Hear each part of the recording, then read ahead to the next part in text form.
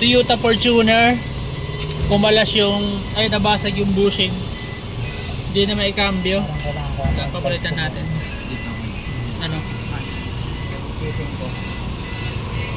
Patingin to. Ayun, ang galing ah, sakto ah. Ang galing mga boss, oh, yun yung bushing. Palitan na natin ng bushing. Kaysa naman magpalit ng buong assembly, may nabibili na tayong bushing ngayon mga boss. Para hindi na mahirapan. May lock na ang kasama. Meron na siyang lock na kasama mga sir. Kaya okay na. Goods sa goods na. Toyota Fortuner. Shifter cable bushing. Problema. Nabasag. Nalitan na lang natin ang bushing. Hindi na bumili ng buong shifter cable. Kasi meron na nabibiling bushing mga boss. Bakit mo ito yung cambio? Sige, tulak mo pa nga. Sagad, yan.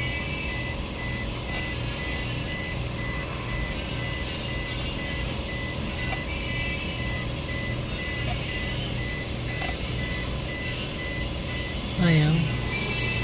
Kaya mo yan.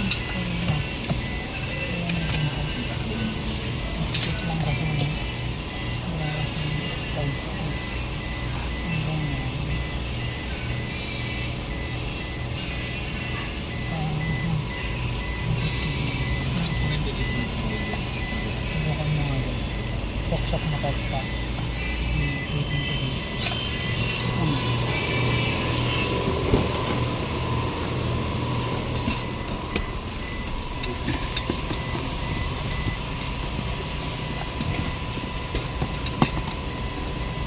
Lugnas. Eh ba may lugnas ka pala. Hindi niya inaano sa leeg, sa may leeg. Tulak mo. Lugnos dapat Joey. Yung mas ng... Nakadiin ka dun sa katawan. Tapos saka mo ano yun. Oo. Tulak mo.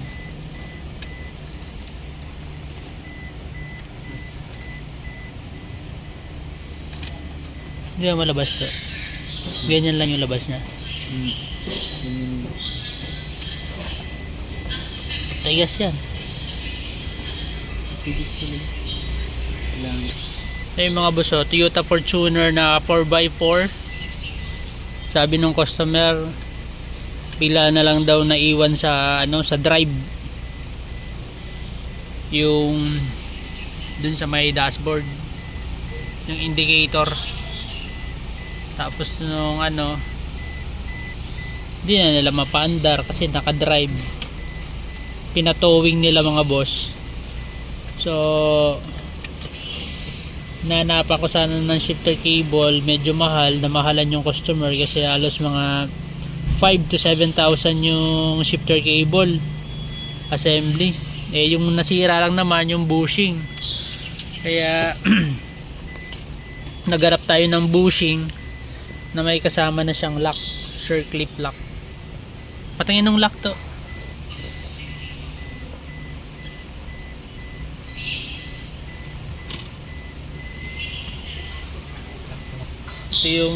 Ito yung lock mga boss dun sa mismong ito sa shifter. Ito yung may bushing na kasi nalagay na yung bushing. Itong lock na lang ilalagay natin. So yung originally kasi walang lock na kasama. Kaya pag nasira yung bushing, kumakalas na yung shifter. So ngayon, kahit masira yung bushing, hindi kakalas basta-basta kasi meron siyang lock. So mas matibay siya mga boss. Yung bushing nakabit na natin. Itong lock na lang. Medyo mahirap lang ikabit kasi medyo masikip. So kabit lang muna natin 'to. Kabit mo. Pitin mo. Pwede ba natin Ganyan mga boss yung paglagay ng lock. Yan. Tulak lang yan. Nalagyan na natin ng lock yan. Ganyan yung paglagay po para mas safe, mas matibay. Iwas hassle sa inyo mga boss. Kung may concern kayo or kaya kailangan nyo yan, punta lang kayo sa amin, Motec Ever Gotesco Mall. Marami po kami yan. Shifter bushing with lock na. Hindi na kayo mahirapan. Thank you. Ito na mga guys, wala pang isang oras na ayos na natin yung Fortuner. Kaya kung mga naka automatic transmission kayo mga boss, pwede kayong bumili ng bushing pang reserba, kasi in case na biglang masiraan, kasi hindi natin alam kung kailan biglang bumibitaw yung shifter cable. So yung bushing natin is universal po yun, kahit anong Toyota na automatic transmission pwede. Di ko alam kung pwede rin sa ibang brand, pero sa tingin ko universal naman yung bushing nya, so pwede naman. Kaysa naman maghintay pang napakatagal-tagal dun sa sa parts ng shifter cable, tapos siya mahal pa. So ito na lang ginawa natin, ganap tayo ng paraan para makamura yung mga customer natin. So titestingin natin, may lock na rin yan, goods na yan mga boss.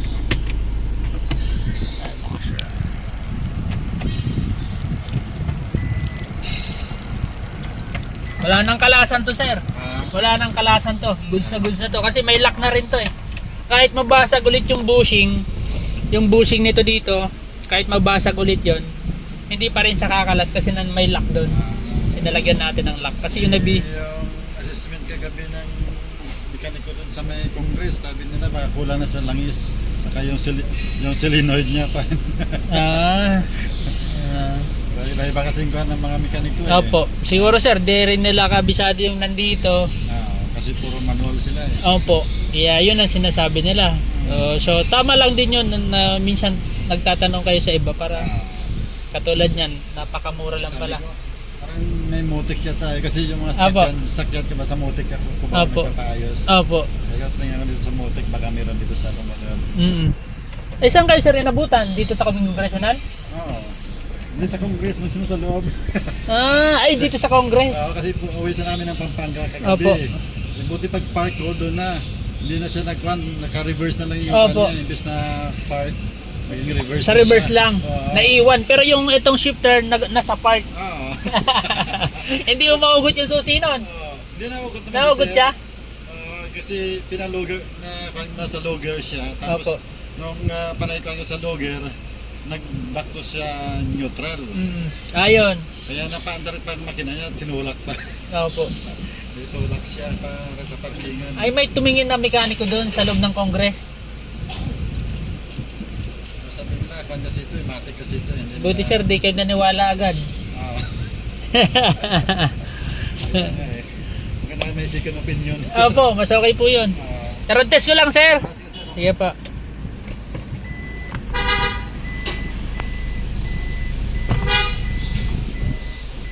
Ito na mga boss, road test ko na yung sasakyan ng customer natin.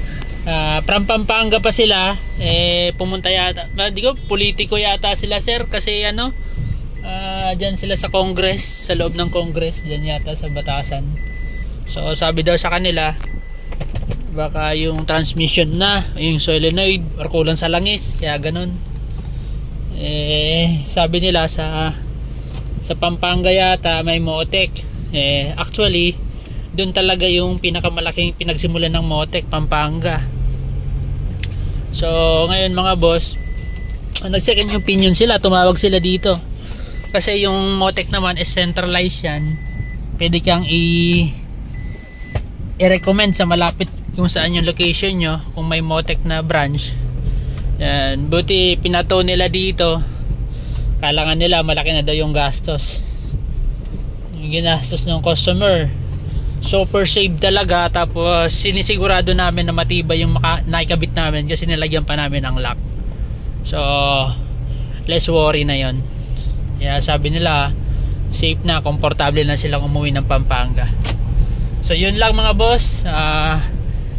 Maraming salamat sa patuloy at subscribe na nanonood ng ating video. Sana makatulong po sa inyo, lalo na sa mga car owner na minsan wala na pagpapagtanungan. Pwede kayo mag-message sa page, dito sa YouTube channel ko, sa page, pwede po. Kung kaya kong sagutin, sasagutin po natin. Basta po yung kaya lang at abot lang ng aking kaalaman, pwede ko pong sagutin yan. Maraming salamat. God bless.